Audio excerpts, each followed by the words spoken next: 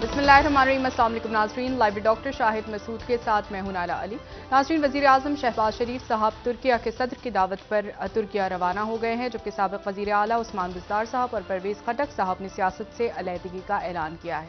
दूसरी जानिब राना सनाउल्लाह साहब कहते हैं कि अगर तहरीक इंसाफ के बानी मुज़ाकरात चाहते हैं तो वज़ीर आज़म साहब को फ़ोन करें। इस समेत दिन भर जो मौज़ूआत रहे उन पर बात करेंगे। हमारे साथ स्टूडियो में मौजूद हैं डॉक्टर शाहिद मसूद। अस्सलाम वालेकुम डॉक्टर साहब। वालेकुम जी, आपको। डॉक्टर साहब, साबिक़ वज़ीर आला उस्मान बुज़दार साहब और परवेज़ खटक साहब ने सियासत से अलहदगी का ऐलान किया है।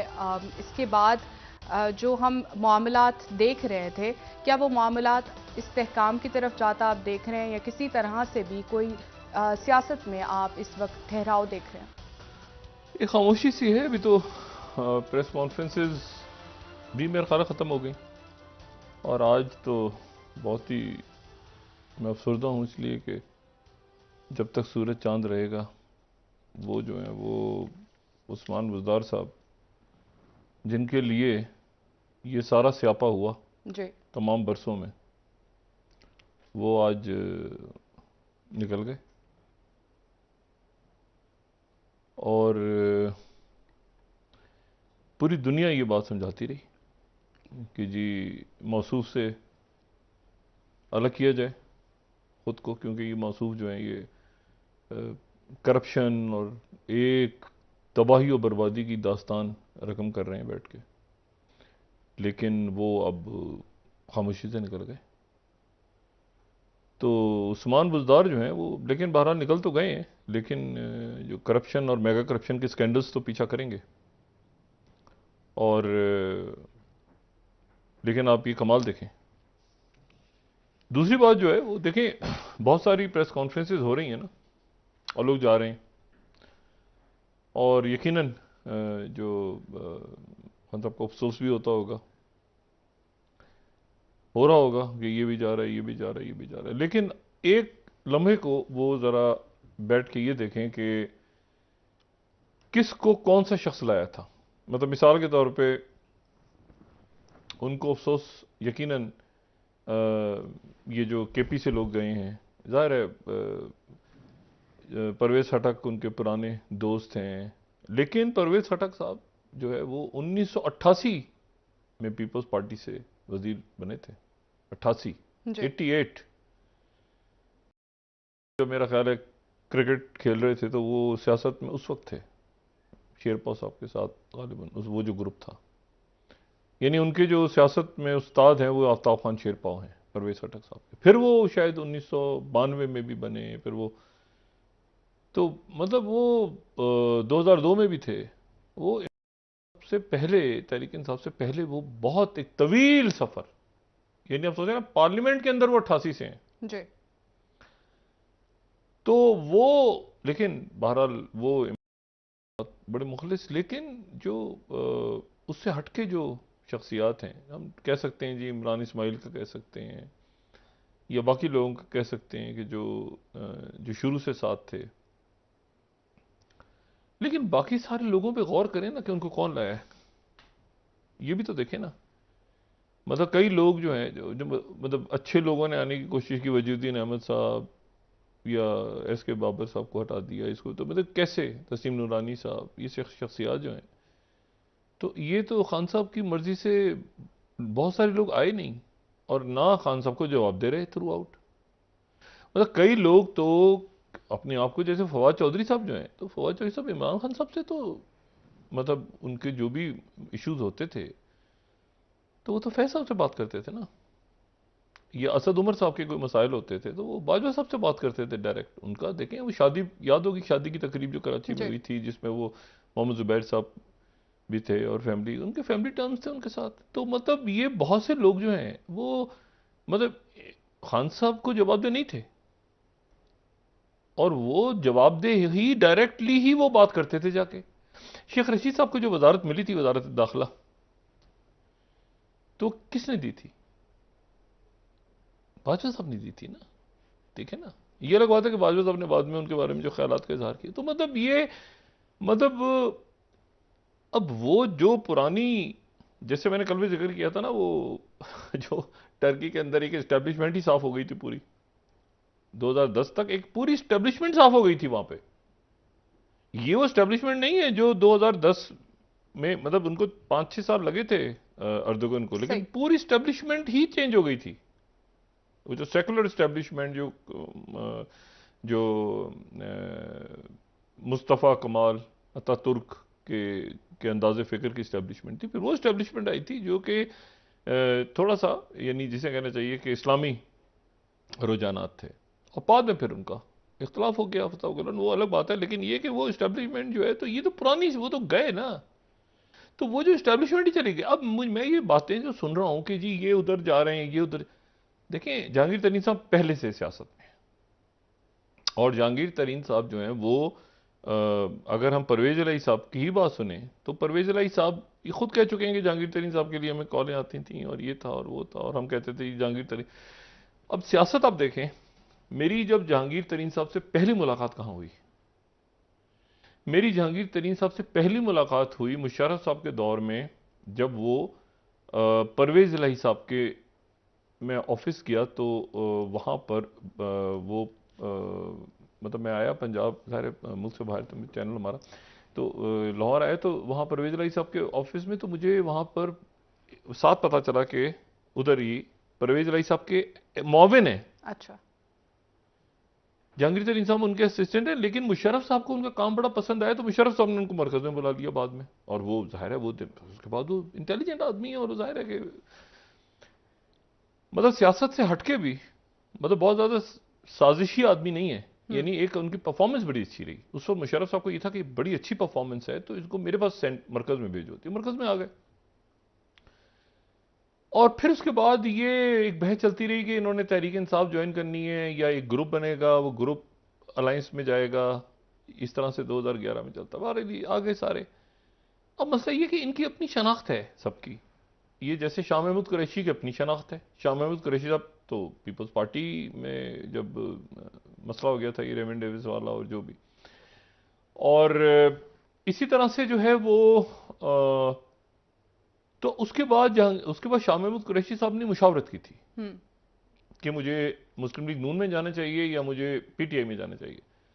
तो फिर उनको मशवरा ये दिया था, ये मशवरा उन्होंने इस्टेब्लिशमेंट से नहीं किया था, उन आपस में डिस्कस कर रहे थे, क्योंकि इस्टेब्लिशमेंट तो उस वक्त ऐसा नहीं हो रहा था कि आप इधर से उधर चले जाएं, तो उस वक्त तक ये, तो उस वक्त जो है वो फिर ये हुआ था कि इनको ये दोस्त अहबाब ने कहा कि जी उधर मुस्लिम लीग नून में तो पहले ही बड़ी लंबी कतार है, आपको मियाँ साहब तक पहुंचते पहुंचते तो पता नहीं 15 आदमियों तक पहुंचना, क्रॉस करना पड़ेगा, गुजरना पड़ेगा, तो उधर तो सीधा इमरान खान तक डायरेक्ट है आप। हाँ। तो फिर इन्होंने ये कदम उठाया, और ठीक उठाया पॉलिटिकली। अब इशू ये है कि ये तो ये, लेकिन कुछ शख्सियात तो बिल्कुल, यानी अब देखें ना, यानी वो तो जो बाद में आए, ये 2018 के इलेक्शन से पहले, तो वो तो कई लोग तो जवाब ही नहीं देते थे ना। वो तो बात, वो कहते थे हमें तो, हमारे तो नाम ही वहां से इन साहब ने, तो हम उनको जवाब दें। तो फिर ये इनके दिल में भी ख्याल पैदा हुआ कि वही बस वही मुज़ाकरात, वही कमेटी, वही ठीक कर देंगे मामला, वही ठीक कर देंगे, मैं वही होता रहा, फिर होते होते होते होते। लेकिन ये कि अब एक अफसोसनाक सी बात है जो आज हमने देखी कि जब वो कारकुन अदालतों पे पेश हुए, ख़ास तौर पे जो ख़वातीन आई, बच्चियाँ आई, ये वो वोटर्स हैं, ये वो कारकुन हैं जो कि, और उन्होंने वहाँ पे बाकायदा ये बात कही उन्होंने कि जो छोड़ के जा रहे हैं उनको बताओ कि हम अपनी जगह पे खड़े हैं, और ये रहना, ये एक हमारी सियासत का एक अजब सिलसिला है। यानी जो छोड़ के जा रहे हैं वो पलट के नहीं देख रहे इनको, ये यानी आज से 10 दिन या 12 दिन पहले तक वो इनके लिए जो है जनाब ये तस्वीरें उतरवा रहे थे, कोई सेल्फियां उतरवा रहा है, कोई ये कर रहा है, कोई फलां कर रहा है, कोई ये, अच्छा तुम यहाँ लाओ, ड्यूटियां लगा रहे हैं इनकी जमान पार्क के बाद, ये कर रहे हैं, वो कर रहे हैं, गाड़ी के पीछे हटो, ये करो, फलां करो, ऐसे करो। और अब इनको पलट के कोई नहीं पूछ रहा, इनके घर वाले। तो बड़ी बहुत, और ऐसे कोई 100 या 200 या 1000 नहीं है ऐसे, मुझे नहीं पता, लाखों या करोड़ों में होंगे पूरी दुनिया में, वो बहुत। लेकिन आप अलमिया देखें ना, कि बस एक प्रेस कॉन्फ्रेंस हुई और अस्सलाम वालेकुम, खुदा हाफिज। क्या हो गया?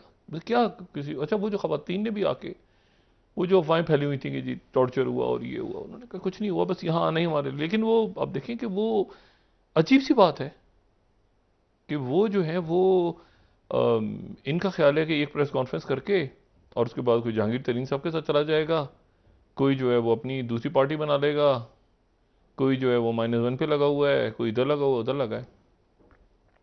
नई पार्टी बनाने की एक ज़ाहिर है, जहांगीर तरीन साहब एक बड़ी ज़ाहिर है उनका अपना हल्का अहबाब है, लेकिन मैं आपको सिर्फ एक बात बताऊं कि ये ऐसे ही कोई बेढंगी सी पार्टी बनेगी।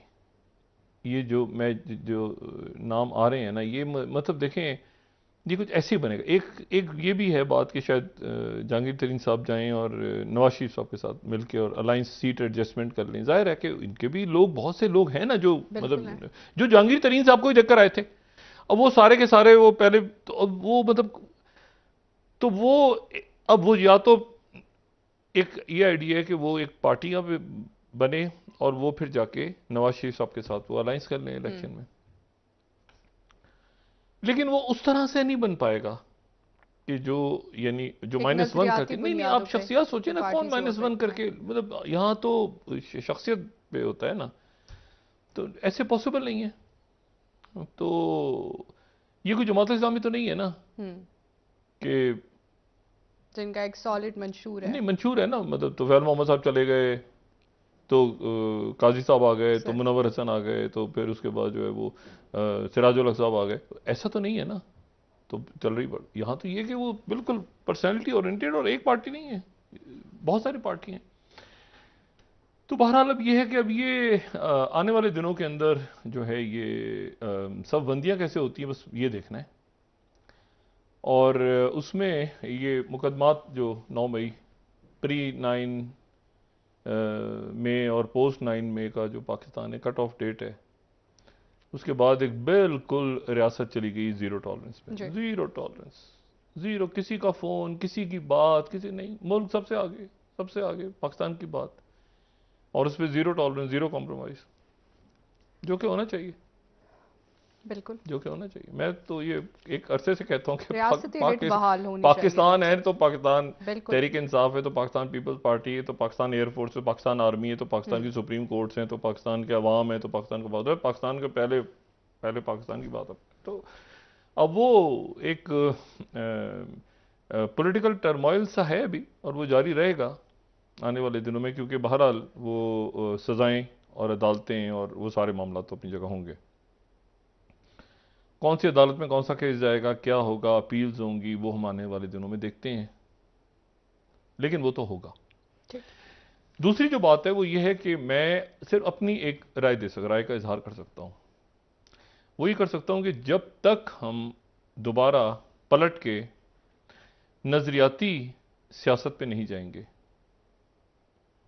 और सब अपने अपने मंशूर को, जाहिर है कि पाकिस्तान पीपल्स पार्टी का एक मंशूर था एक ज़माने में, पाकिस्तान पीपल्स पार्टी उसको जाहिर है कि इस्लामिक सोशलिज्म, वैसे आजकल की दुनिया में वो भी देखे ना, वो है अभी तक, आपको पता है पीपल्स पार्टी उसका हिस्सा है, वो जो वर्ल्ड कम्युनिस्ट कॉन्फ्रेंस या कांग्रेस होती है उसका हिस्सा है। वो अपने अपने मंशूरों की तरफ लौटें तो शायद बहुत बेहतर हो, बहुत बेहतर हो। और जितनी जल्दी वो लौटें, बजाय इसके कि वो जो है ना वो उसमें, क्योंकि ये पॉलिटिकल ऑर्डर खत्म हो गया है सारा, कि ये खत्म हो गया है, बिल्कुल खत्म हो गया है कि इलेक्टेबल्स और ये और वो, तो बिल्कुल अब जो कुछ हो रहा है इस वक्त मतलब बिल्कुल खत्म हो गया है। इसमें मुझे कोई आगे धड़े सब बंदियां, नई पार्टियां, वो उधर जाएगा, वो उधर जाके ठीक हो जाएगा, ये बिल्कुल अक्रॉस द बोर्ड अगर एहतसाब होना है तो अक्रॉस द बोर्ड एक दफा हो जाए, एक दफा हो जाए, बस एक दफा आप कर लेना, तो बस उसके बाद फिर ये मुल्क, उसके बाद IMF गले पड़ा हुआ है, कभी पैसा खा गए, कभी कोई पुल ही खा गए पूरा, मतलब ये नहीं कि पुल में कमीशन का, पूरा पुल ही खा गए, मतलब पूरा का पूरा जनाब एक प्रोजेक्ट ही, मतलब एक प्रोजेक्ट ही, मतलब ऐसा नहीं कि वो एक ट्रेन बननी थी तो ट्रेन में कोई पुर्जे खा गया, वो ट्रेन ही नहीं है, वो किधर है भाई, यहाँ एक ट्रेन होनी चाहिए थी, वो ट्रेन ही नहीं है, अस्पताल होना चाहिए था, यहाँ तो भैंसें बंधी हुई हैं, मतलब ये मतलब अजीब एक इतना इतनी गड़बड़ है। तो एक दफा ये इस क्राइम और इसको ठीक करें, ये देखें कि नाजायज कौन से लोग पकड़े गए, शायद खान अब्बासी साहब कहते हैं ना बार बार नैब का, तो नैब में है, ऐसा हुआ है ना, पॉलिटिकल विक्टिमाइजेशन हुई है, बिल्कुल ऐसे। तो उसको तो चाबी के तौर पे इस्तेमाल होना नहीं चाहिए। और बाकी ये है कि ये इधर उधर लोग अच्छा नहीं लगता। आप यकीन करें, मेरे तो इंतहाई ज़ाती हैं, काबिल एहतराम है, अभी तो जहन में नहीं, ख्याल में नहीं आता कि मुस्लिम लीग काफ के सदर जो है वो चौधरी सरवर साहब हैं। मतलब इसको चौधरी सरवर साहब को अगर कोई कहे ना चौधरी सरवर साहब, तो फौरन मेरे दिमाग में आ जाएगा चौधरी सरवर। लेकिन मुझे कोई कहेगा ना मुस्लिम लीग काफ के सदर, तो मुझे वो थोड़ा सा उसको मतलब उसको जरा हजम करने में तो रखेंगे कि यार एक मिनट ठहर जाए। तो अच्छा, तो बहरहाल अब ये किस तरह से चेस बोर्ड बनता है, कैसे अलायंसेज होते हैं, अभी सारा हवा में है, ठीक है ना। मुलाकातें इससे हुई, उसकी उससे हुई, उससे हुई, तो असल इशू इकोनॉमी का है। ये बजट जो है ये कैसा आता है, और हम फिर आईएमएफ में जा रही है अगली हुकूमत जो आएगी, मतलब या यही हुकूमत शायद दोबारा जाएगी अगर ये रहेंगे, तो एक अजाब होगा बजट के बाद जो है वो। मतलब आपने फौरी तौर पे जून में ही आपने यानी इसी जून में आपने जो महीना इसी में आपने दोबारा इसी टीम ने बात करना है, अगर ये रहेगी हुकूमत तो फिर दोबारा, यानी जो आपका नवा नहीं हुआ तो आप उनसे बात करेंगे कि हमें अगला प्रोग्राम देते हैं, वो कहेंगे एक मिनट ठहर जाओ, वो पिछले प्रोग्राम में क्या किया था तुमने। मतलब इतना बड़ा माशी बहरान सर पे खड़ा है इस महीने के इख्तिताम तक कि मैं समझ नहीं सकता कासिरों कि हम बताओ कौम कैसे निकलेंगे उससे। और ये जो मतलब ये इश्यूज है ना, आपके इकोनॉमी इशू है आपके, और ये जो आपने जैसे बात की, शहबाज शरीफ साहब तुर्की आज गए, तुर्की के पार्लियामेंट ने आज हलफ उठा लिया है। उनके दो इलेक्शन हुए ना, एक उनका पार्लियामेंट का हुआ है जहां पर उर्दुगन पहले ही मेजोरिटी ले गए थे पहले राउंड में, पार्लियामेंट में उनकी पार्टी आ गई थी अक्सरियत लेके। लेकिन सदारती इलेक्शन भी होते, दो इलेक्शन होते हैं ना वहां, अलग अलग होते हैं, एक पार्लियामेंट का हो रहा है और एक सदर का हो रहा है। तो पार्लियामेंट में तो वो अक्सरियत ले गए थे, जो सदर का इलेक्शन था वो दूसरे राउंड तक पहुंचा, तो दूसरे राउंड में फिर वो जीते। तो अब उनकी तकरीबी हलफबरदारी हो रही है, तो उसमें दुनिया भर से लोग आ रहे हैं, और उसमें खास तौर पे इंपॉर्टेंट बात यह है कि उसमें नेटो से भी उनके सेक्रेटरी जनरल आ रहे हैं, और वो जाहिर है कि वो रिक्वेस्ट करेंगे कि भाई आप जरा इजाजत दे दें तो स्वीडन भी आ जाए। ठीक। तो लेकिन तुर्की स्ट्रॉन्ग पावर बन के इमर्ज हो रहा है। पाकिस्तान की, मैं बार बार ये बात कह रहा हूं कि पाकिस्तान के ऊपर बहुत प्रेशर है, एक्सटर्नल प्रेशर्स, कि आप अपना एक, और ये पाकिस्तान पे नहीं है, सारे मुल्कों पे है, लेकिन वो कहीं कहीं आपको एक डायरेक्शन लेते हुए नजर आते हैं। पाकिस्तान कोई डायरेक्शन तब लेगा रीजन में, उसी के नतीजे में इकोनॉमी ठीक होगी, उसी के नतीजे में आपके ये जो एक्सपर्ट पाकिस्तानी हैं ये बाहर जाएंगे, जॉब्स खुलेंगी उसी, क्योंकि आप एक पहले डायरेक्शन लेंगे ना कि ये हमारी ये पॉलिसी है भाई दुनिया में।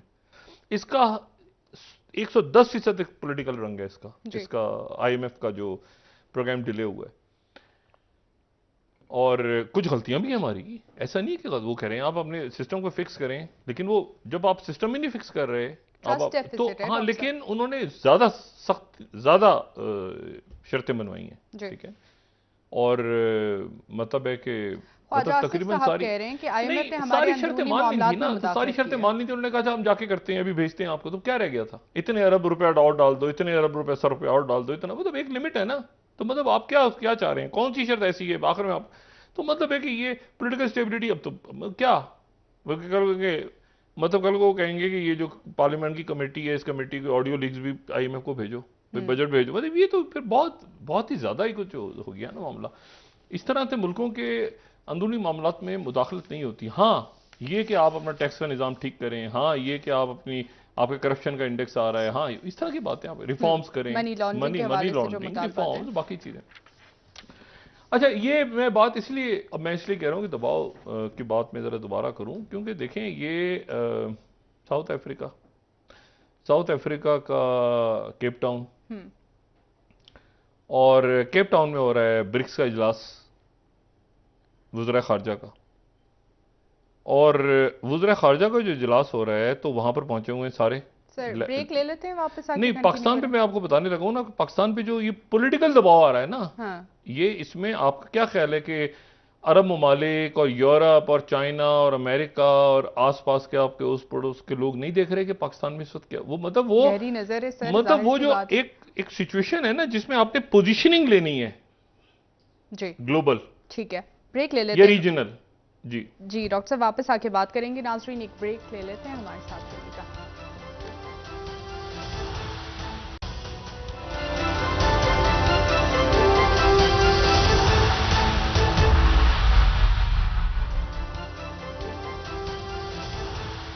वेलकम बैक नाजरीन। जी डॉक्टर साहब बात कर रहे थे खित्ते की मामलात पर, और आपने कहा कि किस तरह से खित्ते में इस वक्त होने वाले डेवलपमेंट्स पाकिस्तान को मैं मुतासर सिर्फ कर एक सकते बात यहाँ पे कहूँ कि ये जो आने वाला हफ्ता है इसमें जाहिर है कि सियासी सूरत हाल, ये सब बंदियाँ, बजट, महंगाई, ये सारा चलता रहेगा, लेकिन दो बातें ऐसी हैं जो बड़ी अहम हैं, हैं। जी और वो सुप्रीम कोर्ट ऑफ पाकिस्तान।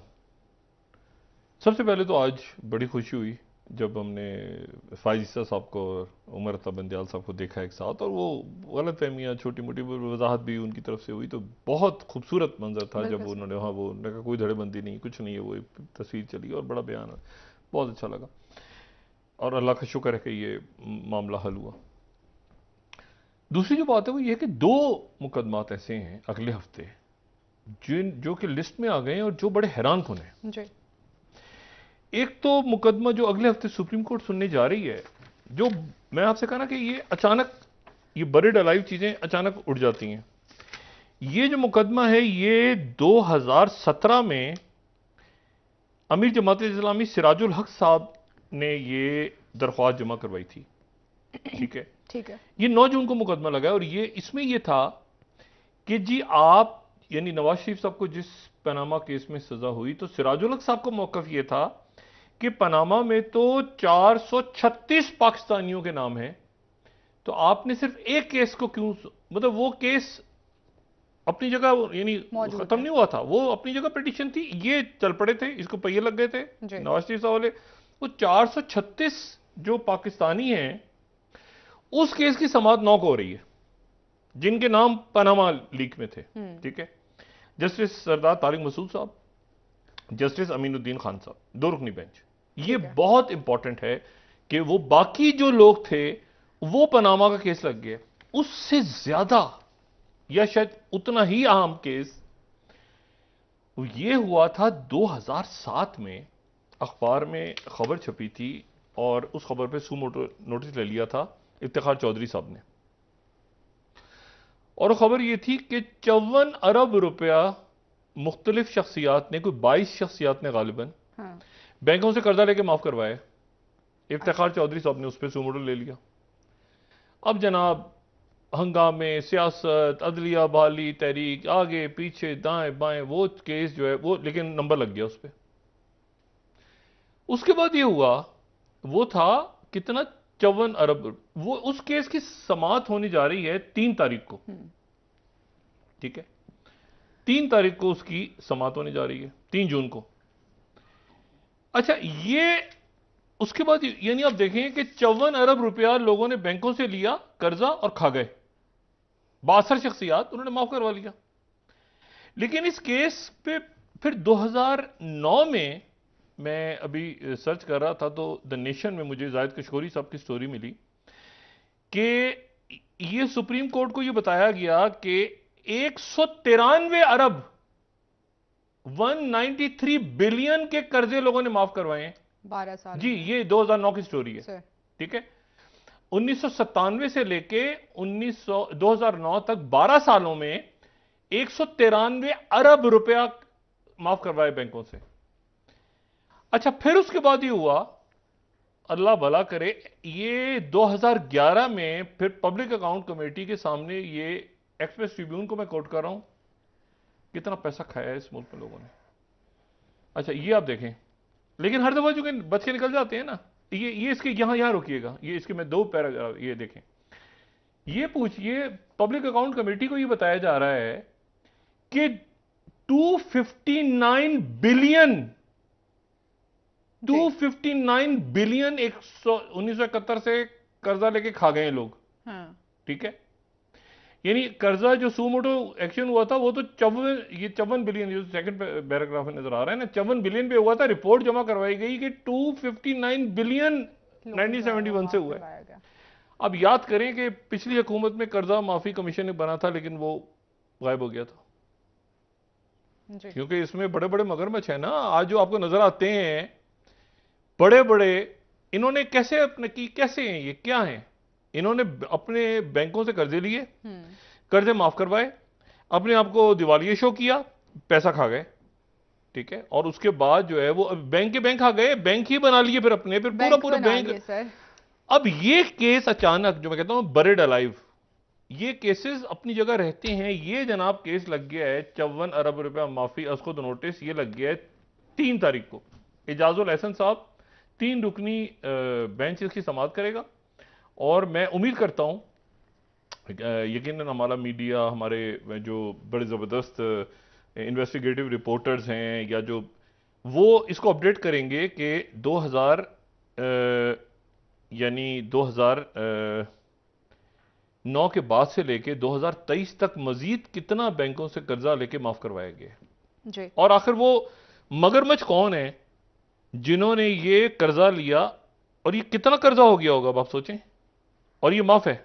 यानी ये बैंक को, जो बैंक की, तो इनको सबको पकड़ के, मतलब ये नया एक आया है ना, इनसे कर्जा निकाला जाए।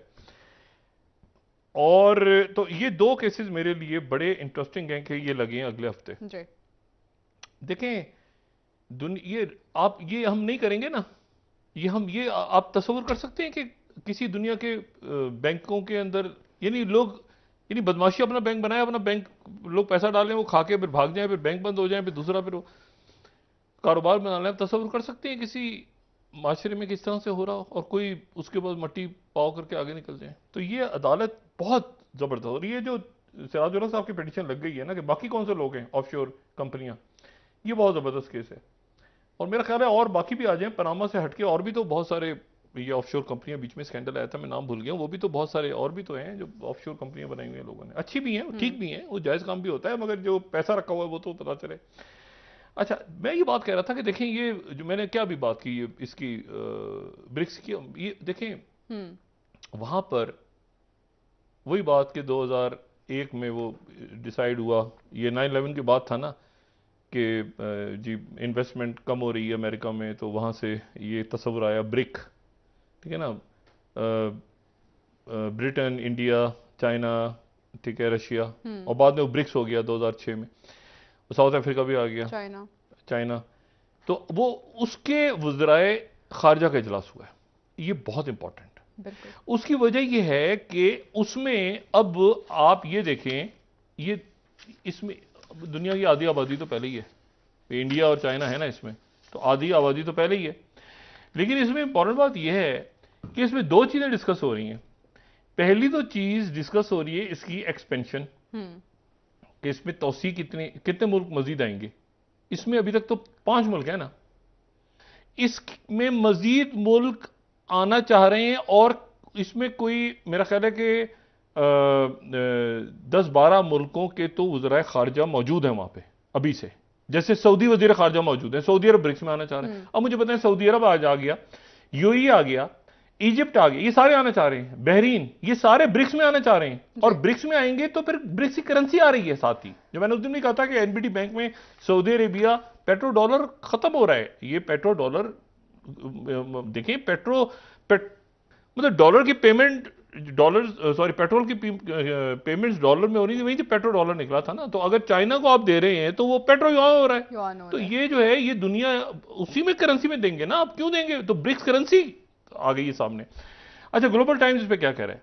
ग्लोबल टाइम्स कह रहा है, जब तेजी से कोट करूं क्योंकि ये रेफरेंसेस बड़े इंपॉर्टेंट है, BRICS foreign ministers meet with expansion in focus, expansion, ठीक है, और आइस कॉपरेशन। फिर उसके बाद तस्नीम न्यूज एजेंसी कह रही है ईरान से, Iran to soon host conference on cooperation with BRICS countries, foreign minister वहां पे हैं ईरान के।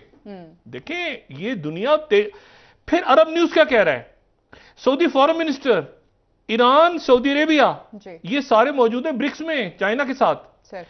फिर उसके बाद जो है वो 2 दिन पहले हम ये खबर दे चुके हैं फाइनेंशियल टाइम्स की, ब्रिक्स बैंक के साथ सऊदी अरेबिया अपने मामला कह रहा है, और वो सारे मामला। और फिर उसके बाद जो है वो ये फ्रेंड्स ऑफ ब्रिक्स है अभी, तो सारे मुल्क इसमें आना चाह रहे हैं। अच्छा, ग्लोबल साउथ को ये लीड, ग्लोबल देखें ये ऐसे ही एक, लेकिन एक बहरहाल इस्तिलाह है, यानी ग्लोबल साउथ ये है कि ग्लोबल ये नक्शे के हिसाब से नहीं है, ज्योग्राफिया ही नहीं है, लेकिन ग्लोबल नॉर्थ और ग्लोबल साउथ अगर हम मैप उसका दिखा सकें उसमें यह है कि जो ग्लोबल नॉर्थ है वो अमीर मुल्क है, यूरोप और उसमें अमेरिका, ऑस्ट्रेलिया, साउथ अफ्रीका, ये बरतानिया, और ग्लोबल साउथ जो है, लेकिन ऑस्ट्रेलिया वो मैंने आपसे कहा ना वो ऐसी वो ब्रांड लाइन है जिसको आप हाँ जिसको डिवीजन को आप अफ्रीका, एशिया, ये जिनको तरक्की पजीर ममालिक कहते थे, तीसरी दुनिया कहते थे, 77 मुल्क होते थे एक जमाने में सर। तो ये अब ग्लोबल साउथ और ग्लोबल नॉर्थ, ये ग्लोबल साउथ के जो मुल्क हैं जो कि तरक्की की तरफ, हाँ, वो उनको लीड करने जा रहा है ब्रिक्स। अच्छा, क्योंकि जो है आप ये देखिए ना कि वो G7 तो खत्म हो गया, वो G7 कहां, आधी से ज्यादा आबादी तो ब्रिक्स में है ऑलरेडी दुनिया की। वो 25% से ज्यादा अगर सऊदी अरेबिया चला गया तो मजीद जीडीपी बढ़ जाएगी उनकी। तो बात यह है कि ये अब ये जो चेंज हो रही है, Iran, Saudi Arabia, Egypt, Bahrain, Argentine, ये मुल्क सारे, अल्जेरिया, ये मुल्क सारे जब जा रहे हैं, इंडोनेशिया, तो पाकिस्तान नहीं जाएगा सर? बिल्कुल बिल्कुल सर। आगे जाके पाकिस्तान ने जान ही छोड़ा नहीं आईएमएफ से। ये सारी जिंदगी एक ही आप दुनिया में खुल रही है दुनिया, तो आपने और ऑप्शंस ये नहीं कि आप मतलब आप निकलें इससे आईएमएफ से। बिल्कुल ठीक कह रहे हैं सर, बहुत और फिर उसके बाद आप अपने सऊदी अरेबिया से लेने हैं तो हो सकता है आप किसी और करेंसी में ले रहे हो डॉलर्स की जगह फ्यूचर में। सर प्रोग्राम का वक्त खत्म हो रहा है। अगर चाइना किसी और करेंसी में ले सकता है तो हम भी ले सकते हैं इंशाल्लाह सर। आइंदा हम रशिया से ले सकते हैं, इस डेवलपमेंट पर बात करेंगे। नाज़रीन, प्रोग्राम का वक्त खत्म हुआ, कल इंशाल्लाह दोबारा आपसे मुलाकात होगी। मुझे नायरा अली को इजाजत दीजिए। अल्लाह हाफ़िज़। अपना दोस्तों रिश्तेदारों को नवा के लूंगा, सफर ख्याल रखिए। अल्लाह हाफ़िज़।